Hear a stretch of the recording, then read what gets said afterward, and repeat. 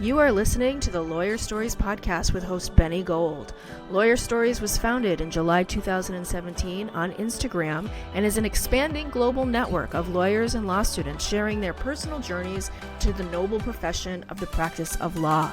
Join us on this podcast as we dig deeper into these stories and hear from lawyers and law students from around the world in all areas of the legal profession. Here at Lawyer Stories, we believe that every lawyer has a story. What's yours? Welcome to the Lawyer Stories podcast with Benny Gold. Today we have a special guest and we'll get back to him in just a moment. But first, a message from our sponsor and partner, CallRail. How many high-value cases did you lose in the past year because your firm couldn't respond fast enough? 81% of law firms say slow response times are costing them business, sometimes nearly a quarter of their annual revenue. That's why you need CallRail in 2026, which will integrate into your case management system. CallRail helps you capture every call, even after hours, spot high-value leads instantly, respond faster, and gain the insights you need to bring in bigger cases. Join over 3,000 law firms using CallRail to follow up faster, land the bigger cases, and drive real growth. You can start a free trial today at callrail.com/lawyerstories. Now, back to our guest. Today we're joined by Scott Brooks, certified mediator and Texas personal injury attorney based in San Antonio, Texas. Scott, how you doing? Pretty good, Benny. How you doing, man? Thanks for having me. Yeah, man. Excited to do this one. I've been seeing your grind on social media, on your posts. They look good too, man. I don't know if you're doing those yourself, but TikTok looks good. They're all looking good. Instagram. So, welcome into the show. Thanks, man. I appreciate that. Yeah. To answer your question, right now, all of it's being done by me. We're going to hire somebody this year, but yeah, man, that's part of the grind. That's kind of my creative outlet. You need a creative outlet. Believe me, you need a break. You do a post, that sort of thing. So, let me set up the introduction a little bit more. So, you began your career at a prominent mass torts firm in Houston before transitioning in 2017 to the largest personal injury firm in Texas, where you became recognized as one of the top litigators in your department. And in 2024, you experienced what you described as a divine calling, which we'll get into, and a moment that kind of led you into your own path with Brooks Legal in 2025. Under your motto, resolve conflict to restore peace. So again, we welcome you in, and let's talk about your lawyer story, man. Yes, sir. So from the beginning, where are you from, and what initially drew you into the law? So I'm from Houston, Texas. Nice. From Houston, Texas, born and raised, native Texan. Went to undergrad in Florida, and then I went to law school back in Texas. Okay. And so to answer that question a little bit about, what drew me into the law, I was kind of just drawn into problem solving, really. And so I didn't know at first that it was going to be the legal route is what I was going to use to do that. But solving problems is what I like to do. What I've always liked to do when I was a kid. I was good at math, good other things, just solving problems. Okay. And then law kind of became the way that I went with it from there. Okay, gotcha. So why the law? Were you hey, the law seems like a good thing I can utilize my skill in solving problems in? I mean, you could have done science or been a math teacher or whatever. What was it that about the actual profession? So I do not like math. Extremely good. Okay. You just okay. Extremely good at it. Didn't like it. Didn't like it at all. So, you're in college, you're kind of experimenting with, different majors and stuff like that, trying to figure out what it is you want to do. And so I knew engineering and stuff like that, that just wasn't what I wanted to do. And so I kind of wanted to be somewhere in the business realm. Just kind of looked at law as well. And I ultimately ended up going the lawyer route. Nice. Okay. Got you. So what was your experience like at FAMU? Is that what they call it, FAMU? They call it FAMU? FAMU, that is correct. Because I see that around. Where, I should know this, and I hate having to ask this, honestly, but where in Florida is it? Tallahassee, right across the street from Florida State. Right near Florida State, probably, right? Near. Yes, sir. Okay, so, tell me about your experience there, and what what kind of leadership style you had and like the perspective you got at FAMU. So FAMU is something I would not trade for the world. Okay. And Cool. if you speak to anyone who graduated from FAMU, they'll tell you the exact same. There's like a little running joke on the internet saying that, I wish my husband loved me as much as he loves FAMU. All right. It's just kind of, something that happens at the university. And so it's such a familiar atmosphere, you know, but at the same time, you do find those leadership aspects and those leadership skills. And so my friends from FAMU, we're all, obviously around the same age. And people always kind of like, man, like your friends are on point, like all of them. Like none of them are, let's take it back. One of them is an attorney as well, but they're all different avenues of life, different everything. But it's just like, oh, okay, like these guys have it. These guys have it. And so they have a bunch of different internship opportunities and things like that. And so I think one thing that helped as well, especially when I was there, is that when you speak about, leadership, is we were kind of looked at, kind of the little school in Tallahassee, Florida State's the big school. Yep. And so you kind of, when you get to the internship or you get to something, you kind of got a little, hey, I belong here. Right. And so you kind of take it from there. You take it from there. So that's kind of the foundation of, kind of the leadership aspect and stuff like that you're talking about. What was your major there? Is it an agricultural and like mechanical school, or is there other things to do there? I've always actually been curious about the school. I mean, look, we've featured people from FAMU, like we've done the whole thing. I see it a lot. I think there's law school there. So what is the focus there, and like what was your major? So my major was in broadcast journalism. Okay. And so I ended up not changing my major again, and decided, hey, I'm gonna stick with that, but I can parlay that into something else when I go to graduate school. Gotcha. And so I was actually a student reporter at the time. Okay. Yeah. And so when it came down to when I got to become an attorney, going to trial and stuff, I was like, I used to speak in front of literally millions of people live on TV. So that's amazing. What would you report on? Whatever the story was at that time. And so for newspaper, I wrote for the sports section. Okay. But for actual TV, it was whatever it was. So my day was Thursdays. And so Thursday, we get to school super duper early, like 6 a.m. Okay. Have a production meeting just like you would at any television studio. And hey, here's our stories for the day. What do you guys have? So I reported on a little bit of everything. Police ambushing, stuff with the city. I remember one time I did one on joblessness, like at the workforce center. Okay. That was interesting because you're trying to get people to interview who don't really want to be on camera saying, hey, I don't have a job. Wow. So, I don't know, man. I bet you could be a podcast host then. I don't know, man. I'll leave that to you, Benny. All right. So Thurgood Marshall School of Law, like, how did you decide upon that school, and like, what did it mean to you personally? So Thurgood came up because a very close friend of mine who went to church with me, she's a little bit older than me, but she graduated from there. Okay. So when I was going into law schools, I was like, okay, and it's in Houston, it's in my hometown. So I'm able to come back to Texas and go to school. And so I saw it. It's a historically Black college, just like FAMU is. And so I was like, well, hey, let's see what this is. Right across the street from U of H. And so I applied, went through the whole thing, and I was like, okay, yeah, no, this works out well. This works out well for me. Got it. Okay. So when you're in law school, tell me about like your law school experience. Like, was it kind of like you loved the discipline, you loved all the reading, just tell me about it a little bit. So I tell people this and they do not believe me. I had more fun in law school than I did in undergrad. Okay. I have a friend like that too, actually. Okay. I had a lot of fun in undergrad. Why do you think that is? I think it was just the school and the people that I ended up meeting with. We had that real balance of work hard, play hard. Okay. It was kind of that real thing of the same thing was when I was in college. Like all my friends from undergrad, hey, they were the party guys. But, when the school came out, they're on the 4.0 dean's list. Like, what's going on? It's like, hey, you got to get that release out. But when we're working, we're working.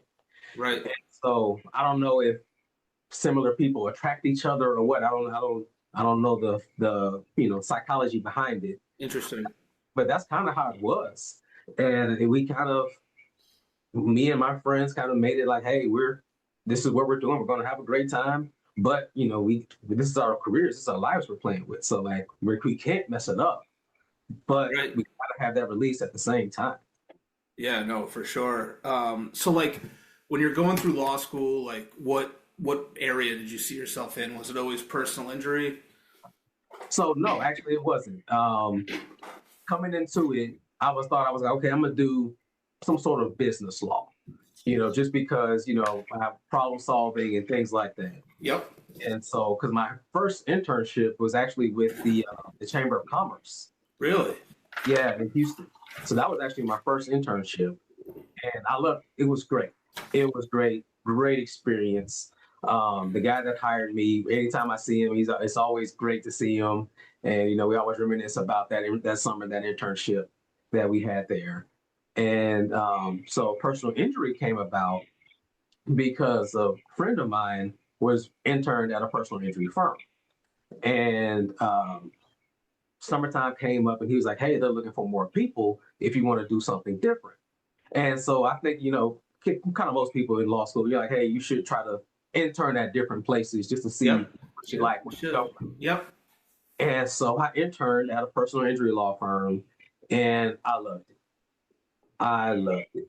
I loved it straight out the gate. Really? What Yeah. was it? What'd you love so much about it? And so the thing I think that helped me out was I interned for one of the named partners. And so he kind of had more control, I guess you can say, of what the interns could and couldn't do. Like we were on like a hours restriction. I would go over the hours restriction all the time because he kind of had the pull. And so he would take me like, hey, let's go to depots. Let's go to this. Let's go to that. And so he was a trial attorney. He was a litigator for personal injury. And so I guess you could say, the litigation aspect of it is really what drew me into it. So like, did you like the depositions and the interrogatories and going to the depositions? Yeah, so I love going to the depots with him. Sometimes it would be at the office. He would host them. Sometimes we would drive out places. And excuse me. And even on those car rides, those drives, he would, kind of give me game and give me information, on those things. We're driving from Houston to wherever we're driving. And then, he was really good at showing me the macro. Because I'm a real big concept guy. Like, kind of tell me the concept. What's going on here? Give me the concept, and then I got it. I got it. And so he was really, really good at that. That's amazing. So was that one summer you stayed there? Yes, it was one summer. Unfortunately, I couldn't proceed after that summer because of my class schedule. Okay. Yeah, like it just didn't make sense how the classes were blocked out. That was the one negative I would say about the school is the classes were jagged. So you have a class and then you have another class in 2 hours. And so it's that's annoying, right? kind of takes away everything. And so no, unfortunately I was unable to proceed on with that internship. But when it came for me to get jobs and stuff, it was a pretty big firm I worked for. And so that kind of everybody had eyes on, hey, tell me about that experience. Tell me about that experience. Okay. Yeah. No, that sounds awesome that you had somebody that you can. Was that like your first mentor, would you say? That person at the firm? No. My first mentor, and I'll tell his name on here. I won't say too many names, but I'll say his name because he's the man. It's Chris Lopez. He's a federal judge now in bankruptcy in Houston. At the time, he wasn't. He was a partner in a big law firm, and like the show Suits. Like he was like Harvey Specter. He was, and so yeah, he was very instrumental in my legal success. He would literally my first half of 1L year, and you could imagine this, Benny, going through it, and you're so confused, reading all this stuff, blah blah blah blah blah. I kid you not, he would call me every single day. This big partner at this really big law firm would call me every night. Oh, he'd call you. I thought you were saying he'd call on you in class, like he was your professor. No, gotcha. Call me on the phone every night. Yep. What you learned today? What was this? What was that? Right. Thinking about this wrong. And so that when that happened, obviously all throughout law school, he stopped calling me. He was like, hey, you got to grow up on your own sometime. Yeah. But, he gave me that foundation, and even at the bar exam, the phone call started coming again. Yep. Hey, what's going on with this? What's going on with this? And I tell people I wouldn't have passed it. Luckily I was one of those one and done guys. Take it one time and you're out of there. Yep. But I would not have been without him. Like he gave me so much advice on, hey, here's how you should think about the essays. Here's how you should think about that. So my mentor, Chris Lopez. That's awesome. Love it. I think mentors are so important. I think everybody needs somebody that in their corner to help them, like just throw ideas and that sort of thing off them. So that's awesome that you had them, Scott. So what did you learn at your first mass tort firm that still like impacts you today? It kind of reinforced, think about the big picture. Like, what are we doing? What is our purpose here? What is our purpose here? And as we keep talking today, I'm sure the word purpose is going to come up again. Yeah. And so what is our purpose? What are we doing here? We have these tasks that we get bogged down in, which happens in the career. But what are we doing here? Does that even make sense? Think about it. Back up. Does that make sense? And so going through it in the mass torts world, I had no exaggeration, over 5,000 clients as a first year attorney, just past the bar dealing with all of this. How many? 5,000. It's crazy. Like a class action or something like that? And so, no, it was mass torts. And so it's all individual cases, individual settlements. Okay. Oh, okay. All right. So, but they're on, the big drugs and stuff that you see. Right. And so just dealing with all of that. So when I left that world and went to the personal injury world, and people would say, man, you got 100 clients. That's a lot. I'm like, man, I used to have 5,000. Does it take longer to get paid like when you're in mass torts than it does PI? Absolutely. Like I would tell the clients all the time, hey, don't expect anything for 3 to 5 years. Yeah. Like how does the firm deal with that? Like financially? I wasn't in the back end of it. Okay. Yeah, that's fair. But I do know a little bit that they had different stuff. So like my docket that I was working on was in one phase. Another docket was in the payout phase. Okay. So they were getting paid on that. So it was like staggered a little bit. Right. Okay. I do know that part. Gotcha. That makes sense. Okay. So you weren't there as long as you were the PI firm, like the reputable PR firm, right? So like what made you make the transition and said, okay, because I think you were only there for a couple years, the mass tort place. Yeah. And then you were like, hey, I have this opportunity to go work at this PI firm. Like how did that come about and why'd you stay so long? So when it came time to leave, you're working and, you kind of get a feeling that, hey, it's my time is kind of ran its course here. Yep. I didn't have any beef with anybody or nothing like that. I'm not a big beef person. Typically most people like me, so I never have office drama and stuff like that. But it was just, it was kind of time to go and try to do something else. And so when I got that opportunity, the one thing that really kind of confirmed it for me was the owner of the mass tort firm. When I put in my notice, he saw me in the hallway and he said, hey man, I hear you're leaving me to become a trial attorney.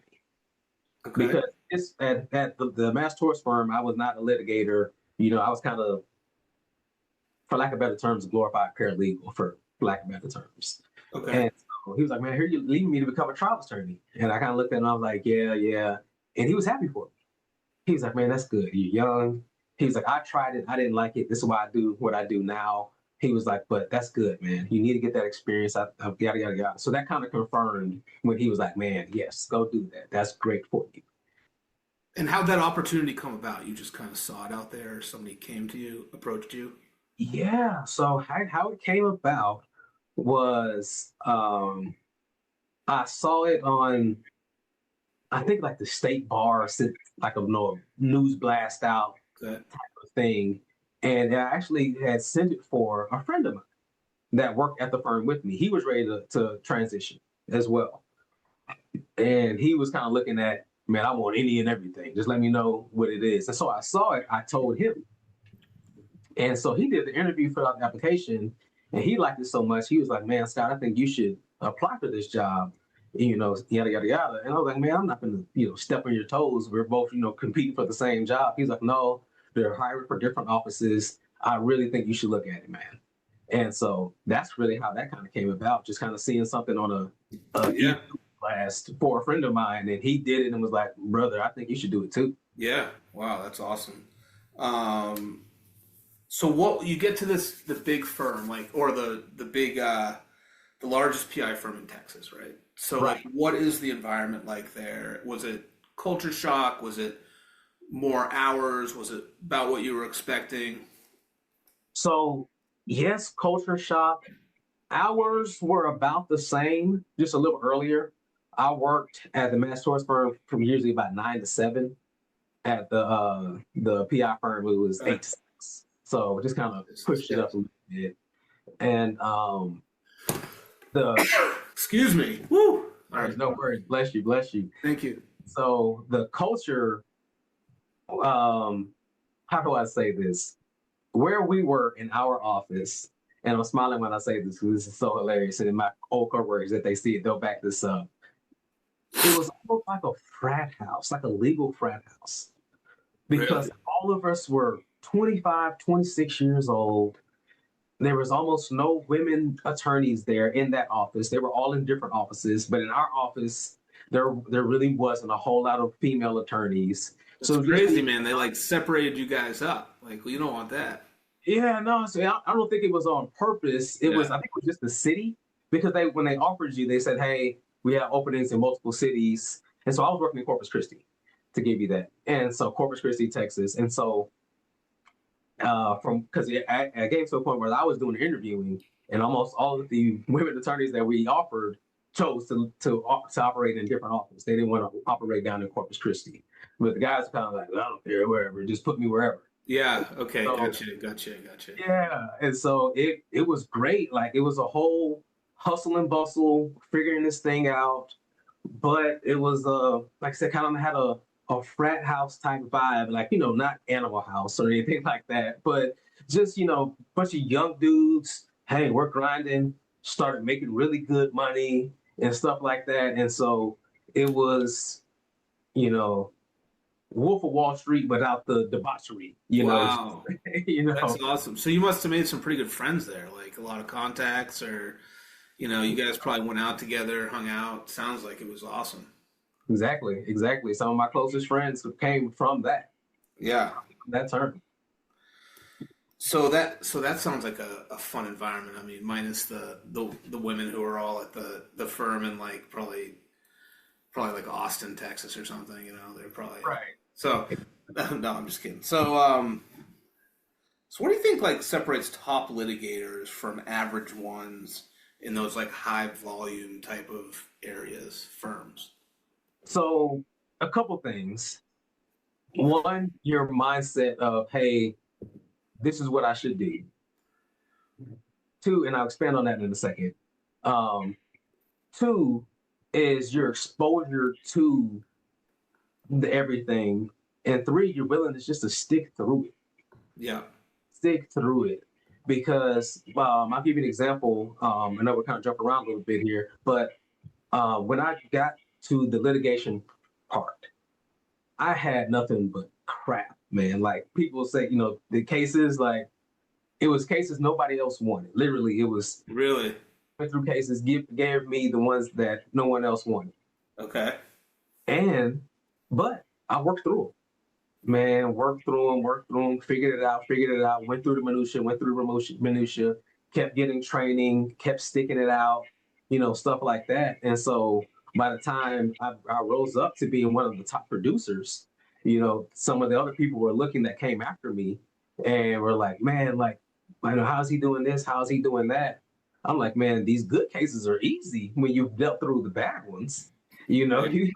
When you get through the bad ones, the good ones are easy." Yeah, that makes sense. What kind of cases were they taking? Like slip and falls and all that sort of thing, like car crashes? Slip and falls, city cases, stuff DK, like say it again. city. City, gotcha. Yeah, so Right, cases against the city, you're suing the government, so good luck with that. And, right. stuff that was considered low value and things like that. And so, but I just grinded through it. Like, I've never been one to complain or anything like that. I've Yeah. always had the thing of, give me the rules to the game, and I'll figure out how to win. Were you going to court and stuff like that, or mostly settlements? No, I was going to court. So a lot of stuff settled. Most cases, in civil litigation settles, but definitely going to court a lot. I was especially presumed, who's down there all the time at the courthouse. They knew you by name. You knew the security guard and everything. Hey Jim, how you doing today? Yeah. That type of thing. So when you work at a firm like that and you're like trying to figure out a case, like a lower end case, like you say, like you're working through it, do you have to go tell a supervisor, hey, look, I'm thinking about doing this, or I'm trying to get this offer, or is this okay to offer the client? Is that like how it works, the structure? Like, I'm taking this case to court. Like, do you have to ask them about that? Like, if you're going to like use up research sources like that or your time? Well, yeah. So you have managers. So you have attorney managers who do not have a docket themselves. So their job is to help you out and guide you through it. And so by the time I left, there were multiple layers of managers. And so if one layer didn't work and like, hey, I'm still kind of stuck too, we go to another layer. And, ultimately you could call up the man who started the firm, who runs the firm. Every lawyer in the office had his personal cell phone number. Yep. You could call him. Now, don't call him with a BS, don't waste his time, but you could call him. So when did you realize that you were like becoming one of the top litigators at the firm? And so it happened after a few years of kind of sitting there, and then we have on the reports, they show settlements and all this stuff, yada yada yada, and then you kind of look up one day and boom, hey, my name's at the top. And then we used to have a trophy that they used to give out every month for the top person and stuff like that. And hey, my name's on this trophy now and stuff like that. And so that it kind of was a slow, kind of gradual, oh, hey, went from, this Brooks kid is young, doesn't know what the heck he's doing, to, hey, young guys, go see Brooks. He's the one who knows how to deal with this. And so what got you to the top? Was it like the most money you were settling? Was it the most case you were able to like just kind of get complete, that sort of thing? Money was a very big factor, and competency level of different things. And so, like I said, we had those attorney managers. And so they saw our work, they reviewed our work when necessary. And so even if you didn't have, the top of the funds, they knew your work quality was great. Right. Knew, it was crappy. And so they knew that as well. So how did working those like complex dockets like sharpen your skills as an instinct as a litigator, would you say? And so I say one of the biggest things about it is just the sheer volume of it.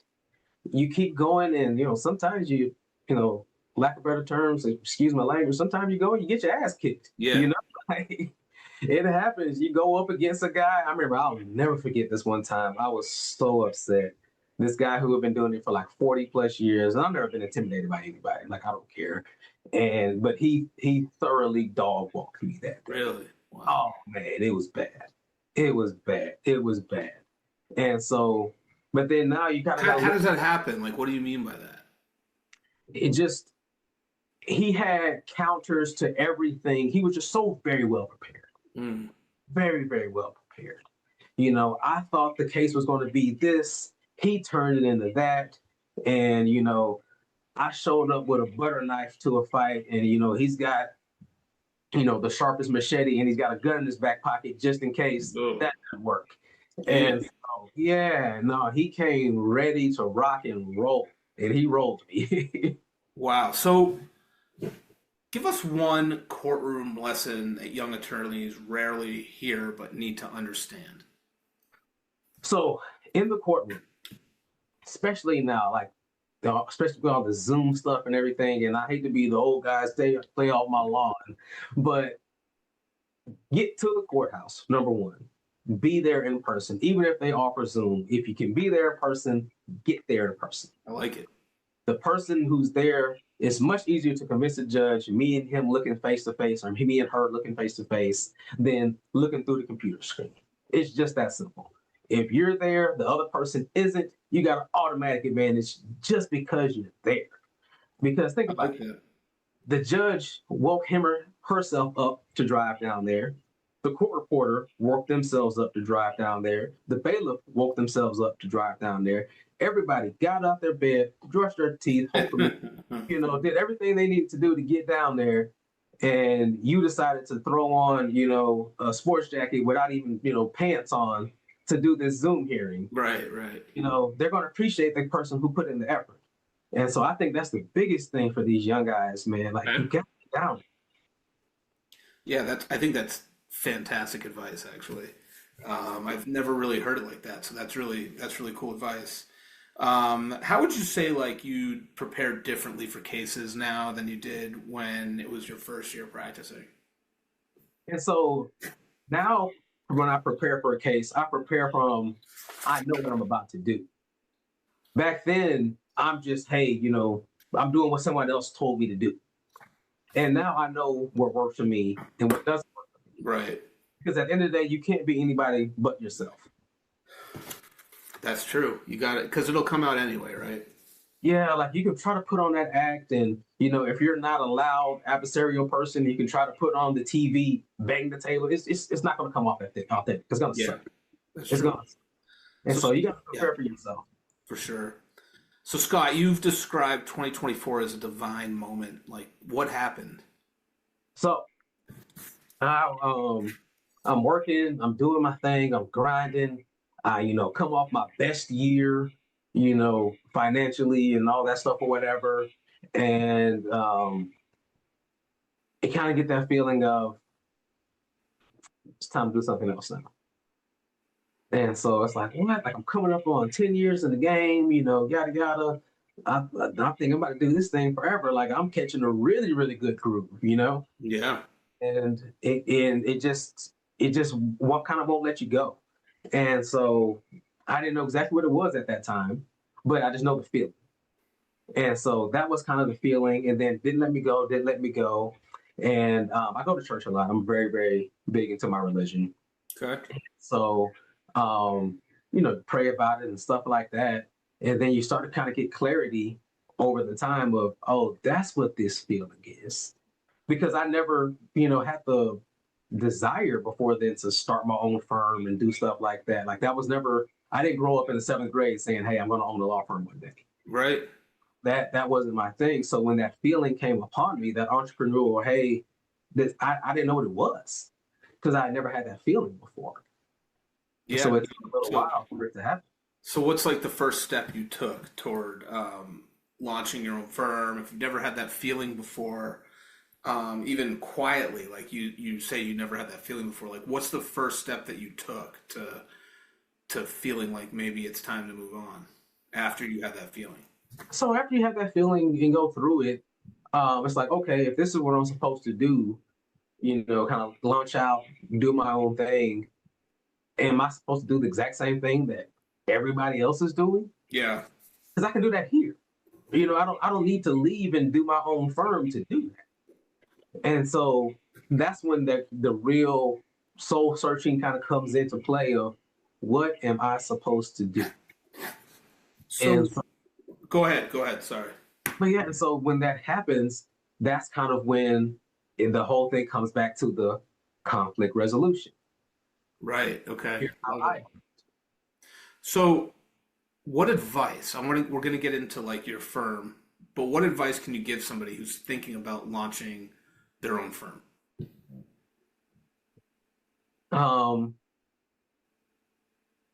Find your niche, whatever it is.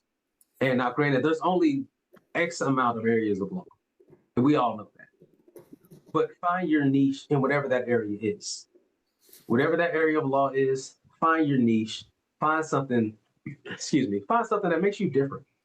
You got to do it. And it sounds cliche, like you watch any, business, podcast or something like that, they all say the same thing. But they kind of say the same thing for a reason. Like you gotta have your niche. Burger King and McDonald's both sell burgers, but they got their niche. Right. So just because you're practicing the same area of law as millions of other attorneys, you got to have something that makes you different and why people want to deal with you. Yeah, no, that's totally true. So now, tell us about your firm. Like, tell us who's coming to you for assistance. what kind of problems they have. Start there. So my firm, Brooks Legal, the motto that we have, the motto, resolve conflict to restore peace. And so we specialize in mediation, personal injury matters, and also contract disputes and contract drafting. So the type of people that come to me are people who need a problem solved. It's that simple. They need a problem solved via mediation. They need a problem solved with a personal injury matter. They need a problem solved with a contract dispute. Okay. So those three, I want to get this down. So mediation, PI, and contracts. So I have to ask about mediation. Mediation, I took a mediation course 100 years ago at my undergrad school. It was like a 30-hour winter session. Loved it. Then I took it again in law school. I feel like it's a hard thing to get into. I mean, I think like it was popular sort of, but it's difficult to like, how do you just get like a mediation case? Because I think one of the things with mediation, maybe it's probably changed since, when I was involved, is like the parties aren't necessarily bound, right? So like, tell me like a little bit about the mediation process and like, is it family law? Is it personal injury? Like, how do you get both parties to come and decide to mediate because it's less expensive, maybe? Than litigation? And so, luckily, in the state of Texas, before you go to trial, the court's going to force you to go to mediation. Okay. So, luckily, that works a lot. And so, for all areas of law, you can file a motion to, kind of waive mediation and pray to God the judge grants the motion, but most of the time they're not because they want you to try to resolve. So that's interesting. In Texas, before you go before a court, now is that civil? You have to have mediation, right? So is it like a court? Are you on like a court list, or do they have to find a private mediator to take them on the party? So there's both. Okay. And so I do volunteer mediations at the Bexar County Dispute Resolution Center. Nice. So people who can't afford to pay a mediator, they go there and they get referred out to a mediator. And then also, people hire me through Brooks Legal. That's great. So it's people in the industry that know me, hey, I need a mediator. Perfect. Let Scott Brooks. Perfect. That's awesome. So what do you usually see coming into you being mediated? So for the personal injury side, most of the time it's car wrecks and slip and falls. Okay. Those are the most prominent ones. Okay. With the Dispute Resolution Center, Benny, I've done it all. Literally, okay. I've done it all. I've done will contests. I've done contractor disputes with a builder and a homeowner, a property owner. I've done evictions. I've done storage container stuff. I've done contract disputes. I've done, did I say wills already? Yeah, I said wills. And so I've done just the family law, done so many different ones in there. And so that's one of the things that I love about it is I get exposed to so many different areas of mediation. And because the thing that people kind of, I guess, get wrong is they think, hey, this person needs to specialize in this area to be able to mediate in this area. Right. Good point. Good point. And then that's just false. That's blatantly false. I just have to be a problem solver. I don't need to specialize in, this engineering matter, to mediate a case between these two engineers. Y'all are both engineers. You don't need a third engineer in there. You need somebody who's going to help you resolve this thing. Right.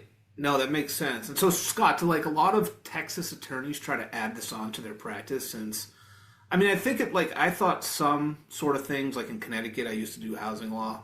Like I would do landlord tenant, and they try to get you to go to mediation first. I don't know about the other type of civil law, but do a lot of the other Texas attorneys, since it's required and mandatory, like do they try to add it onto their practice, or they just don't even want to deal with it? So a lot of the mediators are former judges. Okay. So, that makes sense on that aspect of it. And then from my experience, a lot of them are guys who've been doing it a long time and, hey, I've kind of been on both sides of the fence, and I primarily do mediations now. Me being old/young at the same time, depends on who you ask.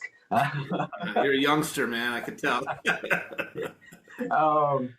Me, I'm like, I do it both. I do them all. Okay. I do it all. So it's not part of my practice is this, part of my practice is that. My practice is this and that. Do you allow the litigants to come in with, or the mediating parties to come in with lawyers too? And how long do they usually take on average, like the whole mediation process? Has it been days or? So typically it's either going to be half a day or a full day. Okay. And so I let the parties decide how long they want to be there for. And they bring lawyers if they want them? So if you're represented, yes, bring your attorney. And I prefer you do, because the lines can get blurred if the person isn't represented. Because since I am an attorney and I'm talking to them, the line can get blurred about my role. Right. So I have to make it clear whenever there's not an attorney present, I am not your attorney. I am not giving you legal advice. Right. Of course. That's pretty cool. Like that you're doing mediation like that.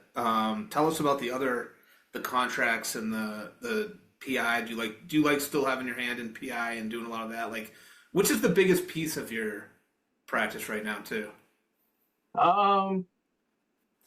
Mediation and PI, both. Okay. Both of them are. And so, yes, I still have my hand in PI. I still love it. I loved it when I did it. And so I didn't leave, that practice because I didn't like that area of law. I left because of a different calling and a different way I want to do things. Yep. But I did it. I developed this great skill set in it, kind of given this gift of it. And it would kind of be wasteful to just not use it anymore. Yeah, no, definitely. It sounds super interesting. So your motto, I want to talk about that for a minute, like resolve conflict to restore peace. That's powerful. I love it. Like, tell us a little bit about that again. Yeah, and so it's not just a motto for our firm. It's how we approach the case. When I say we, it's like me and my employees. And so it's how we approach cases and clients. It's our guiding star, for lack of better terms. I know it sounds super corny, but that's how we're going. Like, you got to keep the main thing the main thing. A lot of stuff can get adversarial, especially in litigation. Gets extremely adversarial, gets escalated. Everybody's doing this and that. Hey, we're here to resolve the conflict so we can restore peace. And so that's why I have that motto there, because it guides the whole firm and everything we do. Because, think about it, Benny, a person comes to an attorney, it doesn't matter what type of law you practice. If they come to an attorney needing help, that's coming to you in one of the most chaotic or lowest parts of their life. Totally. Yeah. So they don't need somebody to amp up that chaos, in my opinion. Like I say, everyone does their things differently. But to me, I don't think you need somebody to amp up that chaos. You need that calm person who's, hey, here's what we're going to do. Now, I'm very good in the adversarial process. So is that you're not, hiring a doormat that's going to get walked all over. But, all that other stuff, calm, clarity, precision. Hey, here's what we're going to do. And we're going to get it done right. Yeah, totally. I like that. It's a good piece. So, how has your being a certified mediator, how has that changed your approach to litigation? Okay, good question. Great question, actually. And so, with me being certified in mediation and getting all that stuff, it really, really, really helps seeing both sides. And so, when you're in law school, they always kind of tell you, write an essay and then write it from the other person's perspective, yada, yada, yada. So they kind of, try to work that muscle for you. But it's different working it in real life, put it that way. And in your real practice, everyday practice, is sometimes it can get difficult because you're so passionate, as you should be, for your client, that sometimes you can't see the forest through the trees. And so with me being that mediator as well, I could have that same focus. That's why my motto is so great, because I can use it for everything I do. I use it for the mediations, but I use it for the litigation as well. Yeah. Okay. Well, yeah, that's a good point. So do you think, and so with that said, do you think more lawyers should understand mediation from both sides? In theory, yes. Yeah. In theory, yes. But practicality, most people don't have the temperament for it. They truly don't. And I have friends who are attorneys, and we talk about it all the time. They're like, man, no way in heck I can do what you do. Yeah. Which is what it is, which is fine. You know, God gave us all gifts, and that's what's fine. That's true. I say like that's what makes the world go round. You know what I mean? Absolutely. That's how I look at it. I like that quote. So we talked about purpose a little bit before. Excuse me. So what does walking in your purpose look like day to day? So walking in my purpose is figuring out more and more how can I resolve these conflicts in different ways. And so kind of spread my wings, do it this way with mediations, with the personal injury litigation. I'm also an arbitrator as well. Yes. And so, kind of act as a judge in those cases. I'm arbitrator for FINRA. It's a financial services agency that that deals with SEC claims and stuff like that. And so people who have spots, and so I'm in that world as well. And so I did that because that's just another, hey, we're resolving this conflict. And so that's my thing. And so I even do it outside of my business, just in my church as well. Kind of keeping that going as well. Yeah, that's awesome. So tell us what success looks like for Brooks Legal in 5 years. And so in 5 years, it's been truly becoming one of those real household big dog names that, hey, you got a conflict, needs to be resolved. That's your guy. Like first on your list, boom, there it is. That's who you think of. And so that's the goal. That's awesome. So what advice can you give to an attorney who needs that little nudge to sort of build something on their own? And so I'll give you a quote my old boss, one of my old bosses, gave us one time. We were dealing with stuff that kind of seemed scary. And he said, everything is scary until you do it. I like it. It is. Everything is scary until you do it. We would, I told you at the time that we were 25, years old, young guys trying to figure this thing out. Hey, go this and do this. And it's scary. And then you do it and it's like, well, yeah, it's kind of scary, but wasn't that bad. Right. Wasn't that bad. And so that's how most things are in life. They're scary until you do it. So if you have those nerves, great. Because nothing I would say about that, if you're nervous about it, great. Because another quote that I'll give you from another person another boss I had. Yeah. Embrace the nerves. Nerves are good. Nerves mean that you care. Yeah. Nobody gets nervous about something they don't care about. So if you're nervous about it, then you care about it. Good. Embrace the nerves. Don't let it paralyze you, but embrace it. Yeah. No, I love it. Those are great quotes. Scott Brooks, is there anything else you want to say today to the Lawyer Stories community? Did we cover most of it, or? Oh, I believe we did, man. Thank you so much, man. You did your research for sure, man. I appreciate that. Thank you so much, man, for providing this platform for me to tell my story. Yeah, no, for sure. It's a pleasure to get to know you and to have you on here. And stay right there, Scott. Everybody else, thanks for tuning in. And wherever you are in the world today, enjoy yourselves. Cheers. Bye, guys.